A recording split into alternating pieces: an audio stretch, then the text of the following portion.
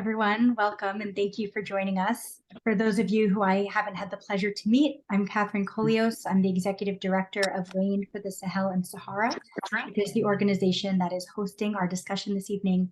And I have the pleasure of being joined by Susan Fine and Rebecca Black. Susan is the board chair for RAIN and Rebecca Black is the vice chair. And both of them have decades of experience in international development, both globally and specifically in West Africa. Susan served as the mission director for the USAID office in Senegal and the Sahel region, which is the office that oversaw the work in Niger before Niger had its own office. She also served in a policy role in DC later in her career that helped to advocate for this kind of international development when thinking about national security policy, so very relevant this evening. And Rebecca served as mission director for USAID in the office in Mali, and that was right after one of their coups. So a lot of relevant experience and lessons learned there as well. I do want to say, unfortunately, we're not able to be joined today by any of our colleagues in Niger. That's partially due to sort of the ongoing logistical issues, but also, as many of you know, with the ECOWAS sanctions, much harder to access electricity and Wi-Fi, and so it's just not feasible this evening. But in addition to the expertise that we have on hand up here, we have a lot of folks in the audience tonight who have both professional and lived experience that's very relevant. And we're really not planning for this to be a presentation. It's meant to be a conversation in community. And so I hope that you will not only put your questions in the chat, but if you have thoughts, comments, experiences to share, please feel free to do so. Before we dive in, I just want to recognize we have a pretty diverse crowd of the folks who are joining us this evening, people with very different kinds of experiences, different levels of awareness about what's going on. So before we dive into the conversation, I'd like to ask Susan to give us a little bit of overview of sort of what happened and where we are so that we can enter the conversation on a little bit more even footing. Susan. Thanks, Katherine, and thanks everyone for joining us. Yeah, so it's been a little more than a month since the members of the Presidential Guard in Niger announced that they were overthrowing the democratically elected president, and that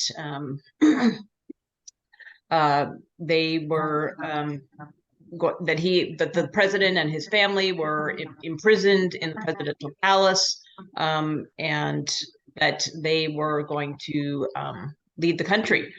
And there have been a variety of diplomatic efforts over the last month or so to engage with the junta leadership, representatives from the African Union, from the regional West African economic and political organization known as ECOWAS, from other various countries, including the #2 diplomat from the United States who visited Niger, was not able to speak to either the leader of the junta or the imprisoned president, for that matter. And so I think there's still very active efforts on the part of the international community to try to negotiate with the junta and convince them to restore the democratically elected government. However, yeah, so far not successful. ECOWAS, the regional economic group, has imposed very strict, severe sanctions on both the coup leaders, but the country, broadly speaking. They're blocking all economic and financial transactions, which has resulted in, as Katherine mentioned, the cutting of most of the electricity that flows into the country, has stopped trade both into and out of the country, and has had a number of implications. Also, international donors have announced cuts in aid. The World Bank, the European Union, A number of bilateral countries have announced that they have cut or suspended their aid programs. The United States has suspended certain assistance as well. So that is, the situation on the ground. There's been the impact of this is that we're seeing now rising food prices, of course, because the food is not able to come into the country from Nigeria and other countries in the coastal West African region where food supplies often come from. Also, the Nigerians are not able to export their livestock or agricultural produce. It is also having an impact on remittances from Nigerians who are working outside of the country. There are a lot of Nigerians who go and work in neighboring countries like Ghana and Cote d'Ivoire, and so they're not able to send money back to their families. So the economic impact of the sanctions is already being experienced by the population. ECOWAS has said that they are not ruling out a military intervention because they are very determined that this coup should not persist. However, and they have said that they have a force that has been assembled or is being assembled. But it's still unclear, whether that will actually be deployed. In response, the coup leaders have said that they have put the Nigerian military on high alert. Neighboring countries that also have are led by juntas in Burkina Faso and Mali have announced that they are supporting the coup and the coup leaders in Niger, and will support them militarily. So it's obviously still a very unstable situation, but I think, and we don't know how this is going to play out. But the fact that it's more than a month and the junta is still there, barring some kind of military intervention, it does appear that they're going to be there, that the coup will be sustained. They have named a civilian prime minister and cabinet that they say will run the country, and they have told ECOWAS that they would commit to transition to civilian rule within 3 years. So that's the state of play right now. So thank you, Susan, for that very detailed overview. And you already touched on some of these points, right? We've seen that within West Africa, whether we're looking at ECOWAS sanctions, whether we're looking at the way that Burkina Faso and Mali have responded in terms of their support for the junta, that the reactions to this are different from some of what we've seen in previous coups. And a question that we've gotten from folks also has been, in spite of the number of coups in West Africa in recent years, this coup has really been covered in Western media much more extensively and is being talked about very differently. So maybe, Rebecca, could you speak a little bit to why this coup, whether it's for the region of West Africa or for us more broadly, why this coup is different from the other ones that have been going on and sort of what that looks like? Hello, everyone. It's hard to say compared to Mali. I was in Mali in 2012 when there was a coup that was unexpected and in some ways inadvertent. There was a lot of unrest, not dissimilar from Niger, a sense that things were not going that well in the country. And there were problems in the north with more of a rebellion going on, but also some fighters that came out of the Libya mess, I guess, people who left with arms and came across the Sahel and the Sahara. So in some ways, it was quite similar. I think people were upset about the Malian coup. Americans had, I think, then Secretary Clinton had said that Mali was this great democracy. and then not too long afterwards, it fell under a coup. I think now it's just so many more countries, and the whole presence of the jihadist has made it much more of a national security issue. And Niger, because it did have a democratic election 2 years ago, was anticipated to be on the right road. And I think this shocked people. There's a lot of debate about whether it was foreseeable or not. Some people were quite surprised. See, people who knew Niger seemed to be less surprised that this actually happened. It's just most unfortunate from what I've seen in Mali. Even though the junta did step down after a week, it just created a whole unrest. It allowed the north to fall to the rebels and then to the jihadists. And it really has not, Mali has not stabilized. Its economy has suffered terribly. The people have suffered terribly. Violence has increased dramatically. So while I think at the very moment of the coup, some people thought it was a great thing, frankly, because the same old people, the same corrupt elite were going to be reelected. I think in the end, that was not the way. Having a coup and having continued instability is not the way to fix governance problems and economic problems. So I think, it's interesting what you're saying about this trend in Mali, that there's been this increase in insecurity, in extremist violence. And I think one of the arguments that the coup leaders in Niger made was that they claim that part of their rationale for doing this was that they didn't feel that President Bazoum's government had done enough to ensure the security in Niger. But I know, Susan, you did a podcast a few weeks ago with the World Affairs Council of New Hampshire, and you were talking about sort of some of those trends in the region, and also what we see in terms of these civilian governments versus the military governments. Could you speak to that a little bit?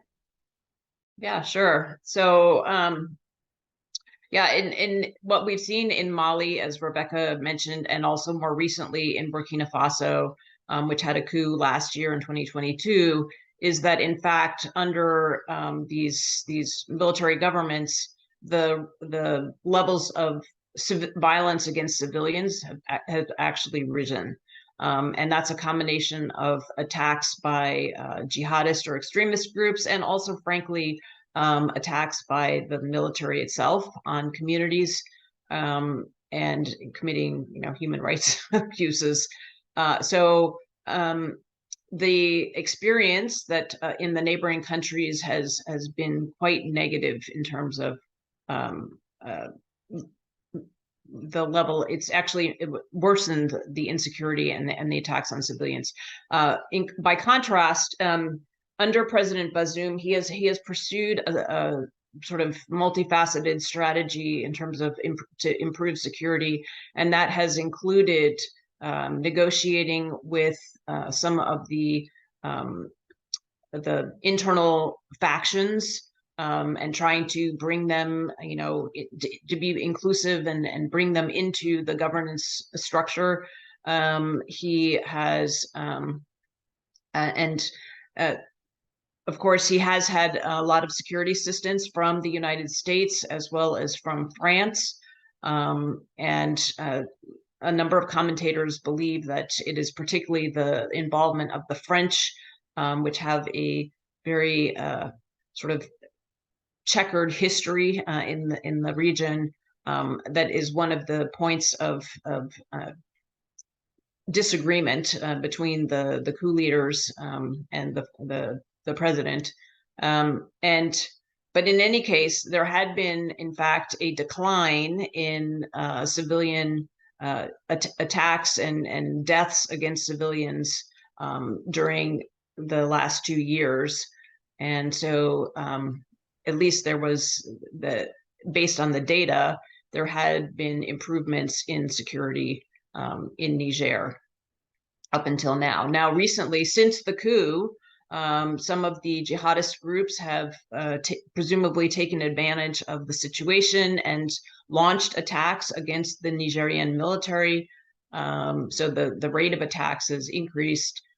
These are primarily concentrated in the region that borders Mali and Burkina Faso. So I don't want people to have the impression that this is a widespread thing.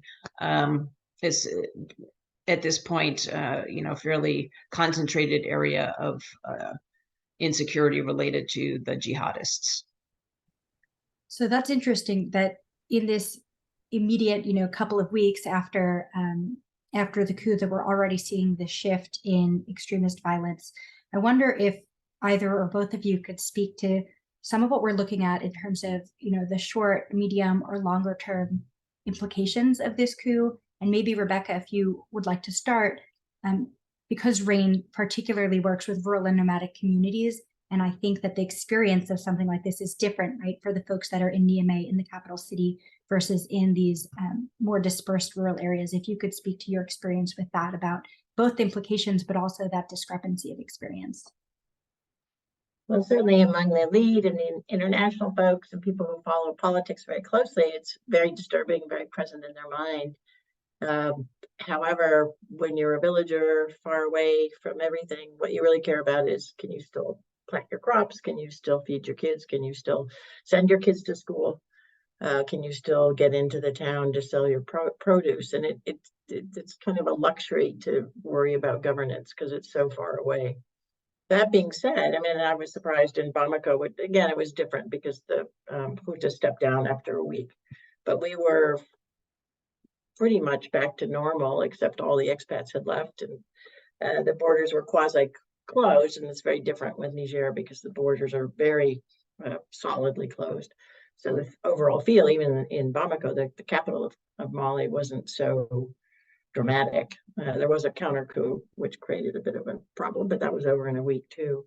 In Niger, it's just hard. These people care, which is also why the government seemed so far away and not so successful, is their lives hadn't really changed in 2 years. I think the president had made a lot of good reforms in a number of places, very committed to education, but that doesn't happen. That doesn't show up in your village, certainly not in the far north, which is so far and so remote. You don't feel those, your average person wouldn't even notice that there was any change one way or the other. So, however, they're, with the borders closed, with ongoing, climate change, all the same problems exist. Life will get harder. Prices will go up. That's already happened. The ability to sell produce, to get ingredients, to get communication will definitely make everything more difficult for people. Access to healthcare, we don't know yet. It depends a lot on what the junta is committed to continue. Will schools stay open? Will they shut? If they shut, that's a big deal. That's very clear. If health clinics, to the extent there are any, shut. So it'll play out over time. I think the other big issue is, if there is increased violence, there'll be internal migration. At the moment, there is no migration in and out, but there are 200,000 Malian refugees in Niger who fled the violence in Mali. So the country, which is one of the poorest in the world, is still hosting a huge amount of people who fled from somewhere else. But internal migration will happen. And that, what I noticed in Bamako is it made we had the same issue with the northern population, was Tuareg, not well integrated in many ways into the rest of the multi-tribal communities. And it created some tension in every city where there were migrants coming in, partly because they were, and it's the irony, they were being supported by humanitarian assistance. They were refugees, but other people were saying, well, I don't have any, I'm not getting food, I'm not getting this. So and seeing people that they're not used to seeing. The northern population, some of the peoples are lighter skinned, they look different, they speak a different language, and that kind of tension can arise too. So it'll take a while to play out, and I'm afraid that even if the junta does step down, there's still going to be unrest that continues for a while. But opening the borders, we're certainly in the immediate term, keeping the borders short will have huge impacts on cost of living. I appreciate your sort of breaking some of those implications down into what might happen, right? Because I know RAIN and a lot of our fellow NGOs and humanitarian or development actors are in this period of wait and see to some degree, because some of those questions we don't have answers to. But to your point, there are things that we already know are happening. The first week after the ECOWAS sanctions were announced, there was already a 17% increase in the price of rice, which is a staple good. And so even for the folks who maybe feel further from the coup, right, folks who are further from the capital, that's a really present daily reminder of what's going on and the burden that they're going to be facing in response to this. And so I think that sort of beyond the political nature, right, and even putting aside the security concerns, that there are these really significant concerns just around meeting daily needs. We're starting to get a bunch of questions in the chat, and I do just want to acknowledge, not a question, but a comment from Desmond, that the French don't have a checkered past, they never left, right? And so it's true that the French are very much still present. For those of you who didn't see, the junta required, whatever you want to call it, the French ambassador to leave within 48 hours, and the ambassador declined to do so. And so that's very much a developing situation. But even beyond, so Niger gained independence in 1960, but even beyond that sort of official period of colonialism, the French have been very involved economically. Niger is part of the economic community of West African states, right? It uses the CFA, which is a shared currency that's actually still based in France. They're required to keep a certain amount of those funds physically in France. And so there's very much this ongoing question of how do those nations and their needs and their competing interests coincide or conflict. And that's very much something that has played a part in the coup in Mali and the coup in Niger, because these are very strong and very present tensions. So one of the questions from Freya, right, sort of shifting from the French to potentially the Americans, is what would you like to see the US do or not do in response to this, recognizing, right, this isn't our country, we don't get to make the decisions, but we are a very present actor, and we have not been asked to leave yet. And so sort of what levers do we have? What do you think might be productive? What would not be productive? You want me to start? Okay. I think, the most important thing is that we need to think about the well-being of the Nigerian people. And I hope that the US government is speaking to ECOWAS about the need to refine the sanctions regime so that it's not penalizing ordinary Nigerian people. And which it definitely is right now. Typically in these situations, the sanctions are much more targeted on the leaders of the coup, and I think that would be a very important first step to enable, the resumption of economic activity for ordinary people. And because that, I'm sure that is not actually the intention, to penalize the ordinary Nigerians. And then I think, the next maybe more, a more complex conversation that the US should be having, they probably are having, is around, what some of the grievances are that the coup leaders have, and what role, if any, the United States could play in addressing those. And those grievances seem to be primarily around, in the realm of security, and so because the US has been a key security partner for the Nigerian government, and of course we have somewhere around 1,000 US troops in Niger, we have a two drone bases, I think. And so, we're there, we're a player.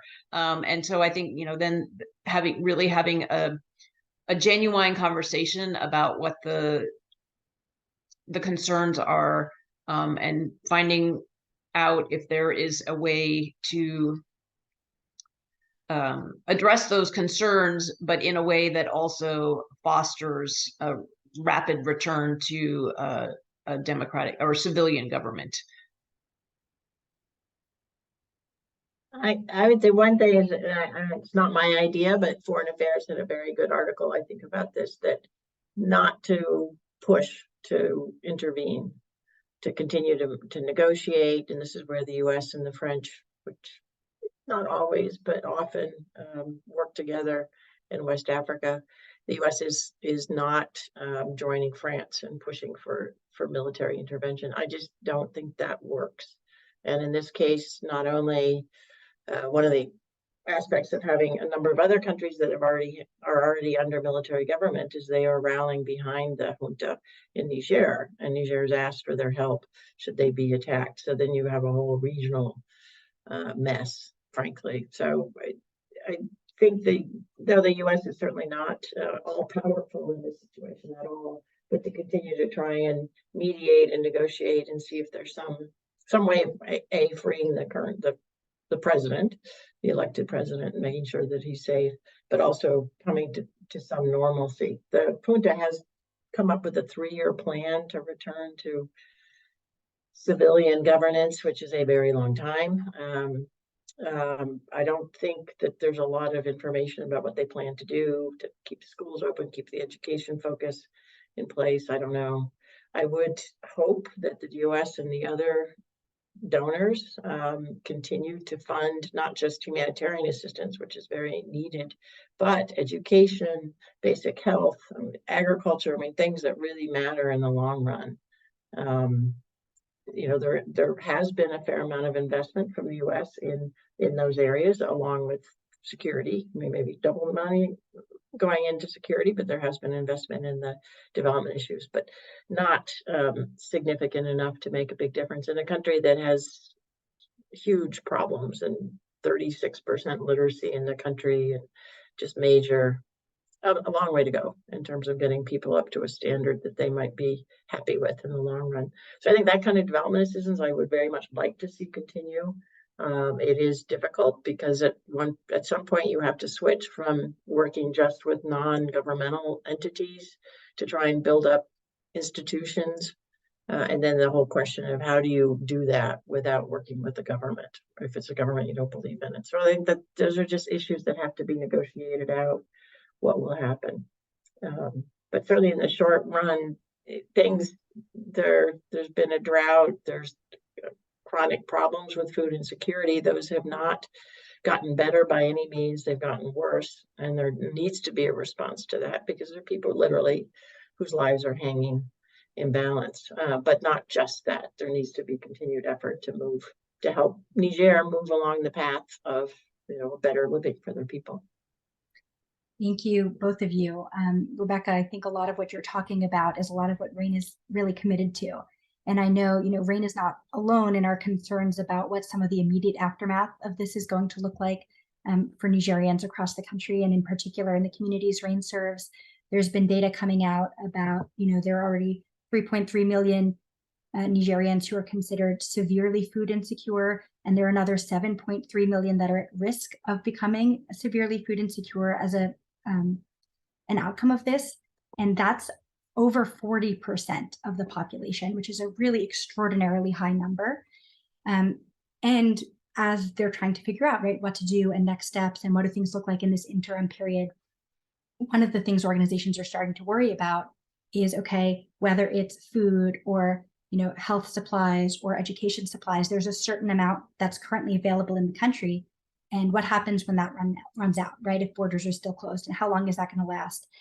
And so one of the things that a number of us are doing, RAIN just signed on to an advocacy brief along with 45 other both national and international organizations, asking the international community to support 3 main things that we feel are necessary to help avoid some of those outcomes. And sort of the basic gist of it is that we want there to be humanitarian exemptions to these kinds of sanctions. We want, when they're establishing new sanctions or looking at existing sanctions, to sort of take the frame of do no harm, Who is really suffering as a result of this? Because there are reasons that the coup is happening, and it's going to take a while for it to come to resolution, whatever that looks like. And in the meantime, we want to make sure that the communities that we're working with aren't the ones that bear the brunt of this. So before I give some more questions over to Susan and Rebecca, we've gotten a couple of questions more specifically about RAIN, about our team in Niger, about the communities that we work with. And so I will say, for those of you who don't know, we have 18 staff members in Niger. And obviously the first thing we did, I was actually in Niger in July. I left coincidentally, fortuitously, 4 days before the coup. But I've been in constant contact with my colleagues there. The good news is that RAIN happens to take its annual leave in August in Niger. So that was really good timing. Our staff was able to be at home with their families, and most of them are from rural areas that are somewhat isolated from what's going on. Everyone is safe and okay and kind of waiting to see what unfolds. Another one of the questions was about sort of their stance on what this is going to look like and what it means for our programs. And so for now, the intention is to move forward with the sort of full suite of programming that we've already planned for the 2023-2024 year. That being said, we have a task force that's already been established that's doing some scenario planning. So looking at what happens if the borders stay closed, what happens if there are different kinds of economic sanctions, what happens if the schools don't open, or if they open but then they close because the teachers aren't paid or whatever it is, so that we can be as prepared as we can be for whatever those eventualities are. And we're working both with the board members and with the staff members to try to find the best solutions so that we can be as flexible as possible. For anyone who has worked in Niger, you know that for both better and worse, Nigerians are very resilient and very accustomed to pivoting. It's an unpredictable environment. As far as I can tell, it always has been. And so our team there is, I think, uniquely well adapted to respond to this kind of scenario. It helps that we're not French. It also helps that 100% of our team in Niger is Nigerian. These are people who live in the communities that they work in, that have strong, trusted relationships. And so that positions us really well to keep going as long as we're able to do so. And that's our plan, as long as we can guarantee the safety of both our staff members and the communities that we're partnering with. So looking on to some of the other questions, I was answering, so I didn't get a chance to look at them. Sorry about that. So one of the questions is, has the junta publicized any priorities that they have for the country, what their plans are to fix the problems that they say caused the coup? Sort of related to that, you know, what are the priorities of the junta? What are their criticisms of the deposed regime? You know, what are they hoping to fix? And then also the second piece is, what is the impact for the US supported military base and the training of Nigerian military? So maybe we'll start with the junta's concerns about the outgoing regime, what they're hoping to do, and then maybe switch over to the sort of security lens. Rebecca, if you want to start, or Susan, either way. I can't really answer that about the junta. I've just seen the 3-year plan, but not their priorities or their criticisms. I think I've heard other people's criticisms, which is partly that things hadn't developed as well. There was too much focus on security. The government was corrupt. The president, Bazoum, was not new. He had been part of the political elite. So though we think that he was doing good things like focusing on education and negotiating rather than fighting necessarily, or arming citizen militias, he was trying to reduce violence, which he was successful in. However, it was 2 years and not a very long time. And I don't think people saw much, perhaps around the borders, that there wasn't as much violence. But that's, you know, you don't always know violence until you feel it yourself. So that's my sense, is that life hadn't changed enough, the same kind of elite. And it sounded like there was a personal issue between the leader of the junta. He had been he seemed that he was likely to be replaced as the guard for the president's guard, and that doesn't create good things. So in some ways comes down to local, not that there wasn't broader issues. I don't know, Susan, if you want to take a crack. I mean, I don't think we know the details, but, you know, from what has been reported, it seems that there was real significant differences of opinion on the part of these coup leaders with the military strategy that was being pursued by the president. And I don't know specifically what those differences are, whether they objected, for example, to the negotiations with various factions. It seems pretty clear that they did object to the cooperation with the French military. There may be other, I'm sure that they had other issues with, the general approach, but certainly in their announced justification for overthrowing the president, that it was the general thrust of it, that they did not agree. They thought that he was pursuing a bad military strategy. I agree with Rebecca that there's also a sense of people feeling dissatisfied with not seeing more progress in the development arena.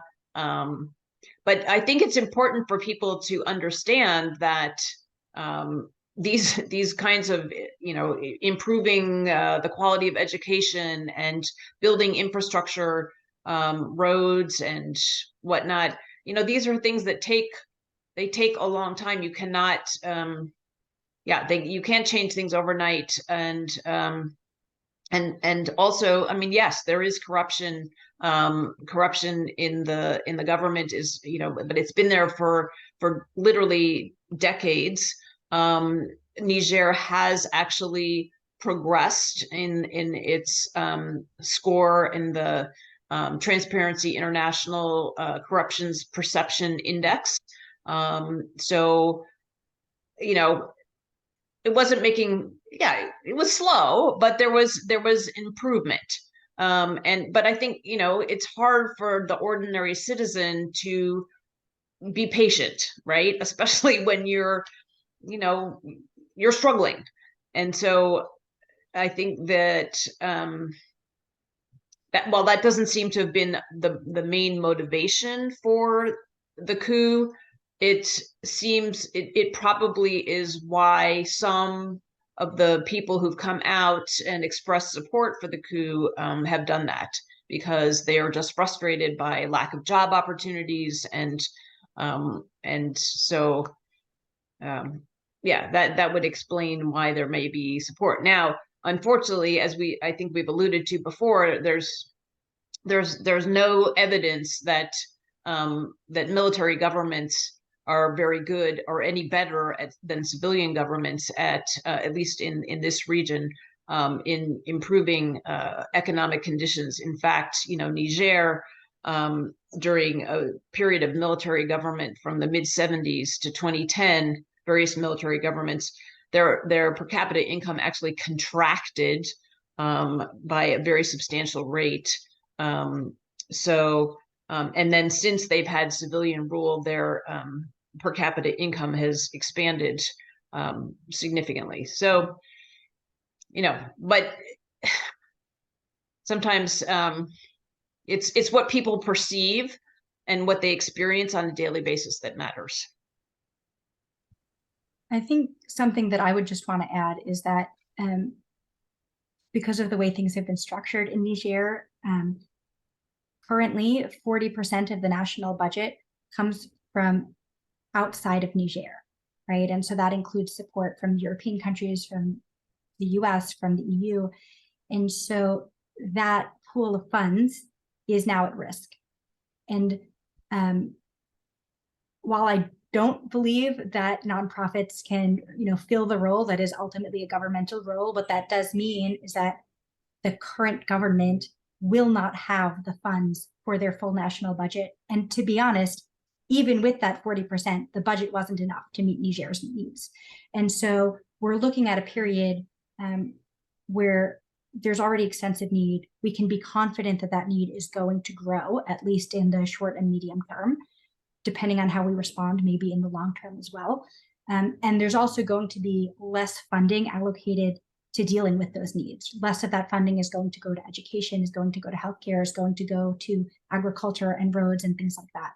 And so particularly now, when, you know, organizations like the World Bank and, you know, the French development organizations are on pause, it's really important for organizations like RAIN to be able to continue to be in partnership with the communities that we've been working with, because these are communities who are very likely to feel some of the brunt of what's coming their way and not to get any of the traditional supports. And so that's something that I'm personally really concerned about, and that I'm really hopeful that RAIN and our team in Niger is able to help address. I do want to mention Desmond had put two comments in the chat, one about how the rise of jihadist activity is related to events in Libya. There was a really good interview on WBUR yesterday that we'll share the link in the follow-up that talks a little bit about that. And he also talked about recognizing the role that the West has played in creating instability in the Sahel. And I think, frankly, that that's not just the Sahel. I think the West has played a role in creating instability much more broadly. And that's part of why I really feel, whether it's through organizations like RAIN or otherwise, that we have an obligation to, you know, stand in community with these folks to help meet whatever their needs are in these moments, because we have played a part in creating the situation that they're now facing. So, Katherine, I just want to, there was another part of that question, which was Yes. about The US military. US military base and the training. You know, so the US has laws that say that when there is an overthrow of a democratic government, that we are required to stop certain kinds of assistance, including military assistance. However, there are also, of course, waivers that can sometimes be used to, if there is a national security justification for continuing to provide certain types of security assistance. So I am quite sure that there are a lot of conversations going on in Washington, D.C. about the extent to which the U.S. May want to continue providing various types of security assistance, military training. You know, I think the conundrum that we face is, if we completely stop security assistance, then the regime is going to presumably seek resources from somewhere else. And so the question becomes, you know, would it be in the U.S. interest for the junta to partner with a different country for its military needs or not? I'm not expressing an opinion about that, but it's just, it's an important consideration. Thank you, Susan. I appreciate that. We've had a couple of, go ahead, Rebecca. Just quickly on that, there is a lot of incredible detail around what can and cannot be done in situations like this. Which you may or may not be aware that our Congress is incredibly involved in foreign assistance, both military and development assistance, and there's a lot of rules and regulations. It means things are reviewed very carefully about what makes sense, even though there hasn't been a declaration of a coup. There obviously has been a change of government, and so there will be a lot of back and forth around humanitarian assistance. I think quite reliably will be continued to be provided by the U.S. government, but it's a question of other things. Like at one point, education was not considered critical. The World Bank, in general, the World Bank did a study a while ago showing that if countries fall into a failed state status, it takes 25 years to get back to where they were. So there's always that pressure of how do we prevent a country from falling into that, because the cost of getting back is so tremendous. Thank you. We've had a couple of questions about the junta's 3-year plan, and John Davis, who also happens to sit on RAIN's board of directors, who's currently in Senegal, helpfully pointed out that even though the junta has named 21 ministers for their new cabinet, that there hasn't been public communication from the prime minister since then. And so there's a lot of ambiguity around what that platform is. It's something that we presumably will learn more about as things move forward, but I think that there are a lot of negotiations going on. There was also a comment about how everything that's going on in Niger, but also more broadly, I think in West Africa and elsewhere, is getting more young people interested in geopolitics and how that impacts their countries, which I think is a really critical and important thing. So I'm glad to hear that.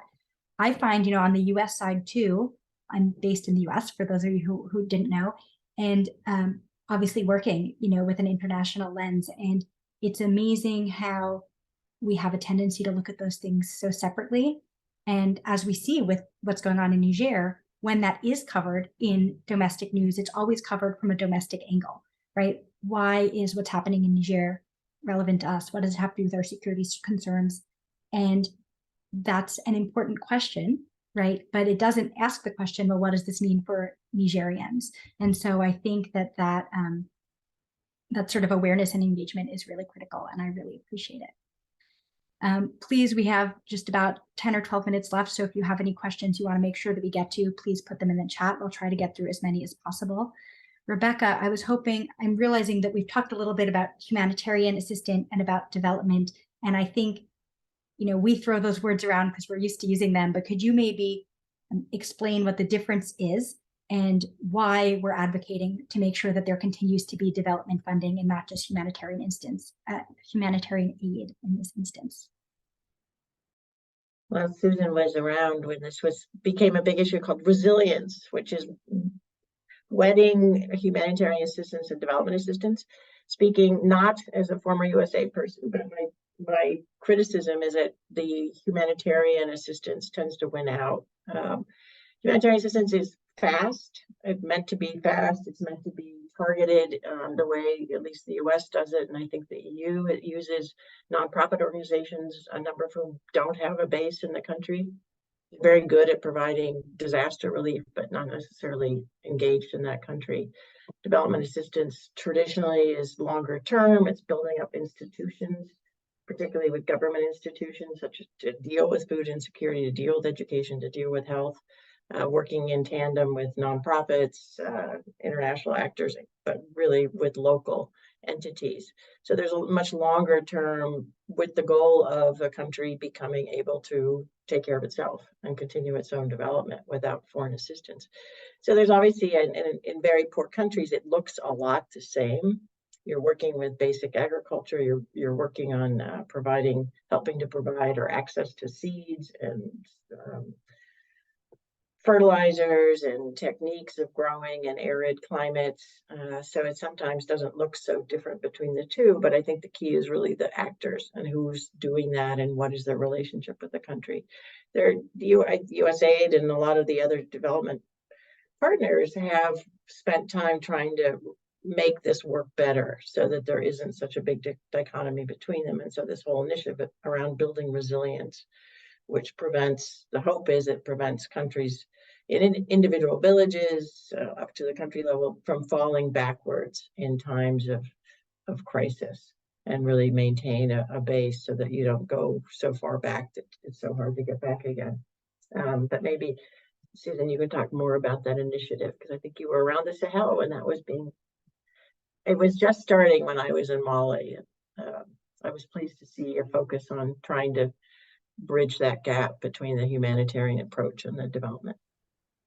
Yeah, I think maybe the easiest way to understand the difference between humanitarian and development aid is the humanitarian is literally giving people food, and whereas the development assistance is about helping people to use better techniques to grow food and to grow more nutritious food.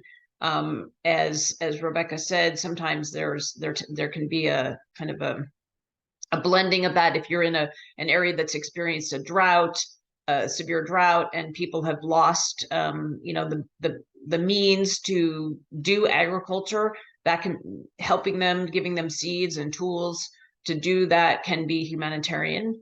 But really, the purpose of humanitarian assistance is to save lives immediately. And it targets the most vulnerable, which tends to be women and children. And and the poorest communities in a very poor country. Whereas development assistance is really more trying to address kind of some of the root causes of these situations, and ultimately work to, over time, reduce the number of people who need, humanitarian aid. And so I think, the concern that we have in this situation in Niger is, if humanitarian humanitarian aid will continue. However, especially if there's not changes to the sanctions regime, the need for humanitarian aid is probably going to grow. The world's humanitarian aid budgets are already very strained with everything that's happening around the world. It will be difficult to satisfy, to respond to all the needs. And at the same time, you're not ultimately addressing, the root causes. That ties in really nicely to this kind of side conversation that's going on in the chat between John, Asalama, and Desmond, talking about the frustration among African youth about both the, lack of economic opportunity, but also the lack of progress that they're seeing, at the national level, that their governments are or are not achieving for them. And I think that that ties in really nicely, right? Because from a fundraising perspective, people love humanitarian response, right? I mean, you have an earthquake or a tsunami, and that's what drives people to give. But it's this longer term investment that's slow, that doesn't get the same kind of coverage, but that's really important so that you're not in this constant cycle of crisis. And I think it makes an enormous amount of sense that when people don't see these results, that they're frustrated, right? I think we see that across the board. We see that in the US. And I think it's one of the reasons both that this kind of work, but specifically the way that RAIN does it, and I'm not trying to sound like an infomercial, right? But really where we're working at a local level with local staff in their own communities over time, right? Unlike a lot of other organizations, not just going in, carrying out a project and leaving, but working with communities over time for that to be something that belongs to the community and is sustained by the community, and that they have the resources and the infrastructure and all of the things that are necessary to maintain that, right? Because when you pour a lot of money into something over a short period of time, but that structure is not in place, it's not lasting. And that's not an efficient investment, and it's also not fair. And so one of the things that I'm concerned about is Niger, which is very rarely in the news, right, is kind of having this moment in the news. And I think that when it's not at the top of the news cycle, that Nigerians might find themselves on their own. And I think that they need the resources and they need the support to move forward. Why has development aid failed to reduce poverty? That is a big question, and I'm happy to pass it over to Susan or Rebecca if either of you. Well, it's actually inaccurate. The poverty levels have dramatically dropped. Now, Niger is not every place, but if you look worldwide, there's so much progress in terms of poverty reduction, in terms of infant mortality going way down, maternal mortality going way down. So it's a global effort. The last 20 years has just brought amazing changes to the world. So just to correct that, if you look at the data, you'll see that it's quite different than what it used to be, and poverty has in fact gone down. In fact, violence has gone down. So I think though that's something that's maybe tied to that we were actually talking about while we were waiting for people to log in, is that sometimes that support can also be political, right? That money's not just being given because people care, it's being given ideally because people care, and also because there's an interest from the party that's giving the funds. And that interest wanes, right? And it's not consistent over time. And so when you have these shifting priorities from the donors, it doesn't enable you to really invest in the way that you need to invest for things like this to be built out over time. And, RAIN is really small. I wish we were bigger. I wish we could do more. But RAIN has been in Niger in communities that other organizations don't invest in for over 20 years. And part of the reason we have such good relationships with the communities that we work with is because we have a reputation that we're not an organization that leaves. All of these other organizations come in, and maybe the entity is in the country for 20 years, but they're not working with people in a consistent capacity where there's a real relationship there. And so I think that there are a lot of structural challenges there. I see that we've got some other comments in here. Unfortunately, we have to start to wrap up, because I do want to make sure that we're getting people out on time. I do just want to say, you know, this is obviously the beginning of a conversation. I know we didn't answer everything. There's no way we could have. I hope that we're able to continue the conversation well beyond this news cycle. I think Kiana can drop in the chat some links if you want to sign up to our newsletter, to follow us on social media as this situation evolves, as we figure out what we can and can't do with our programming, as the needs shift, and so we adapt to those needs. We'll be in touch, and so that's a great way to follow along with what's going on. I would be remiss in my duties as executive director if I didn't also say that we need money to do this work, you know, and I know we were just talking about the money and where does it go and do you see impact? We don't know 100% what we're going to be able to do this year. Anyone who tells you they do is not being forthright. But what we do know is that we're committed to staying there the way that we've been there, that we're working in collaboration with our team in Niger to figure out both what we can do and what the needs are so that we can best address them. And we'll continue to be in conversation with you about what that looks like. If you have any questions, please feel free to reach out to me. Susan, Rebecca, you each get 1 sentence to share your final thoughts if there's something that you want people to take away with them.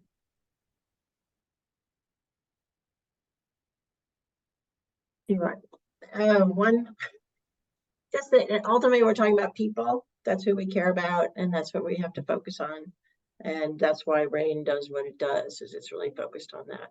There is a bigger picture, and I get very upset about this idea that development assistance hasn't done anything, because it's so wrong if you really look at the data. But that doesn't mean that individual people aren't struggling.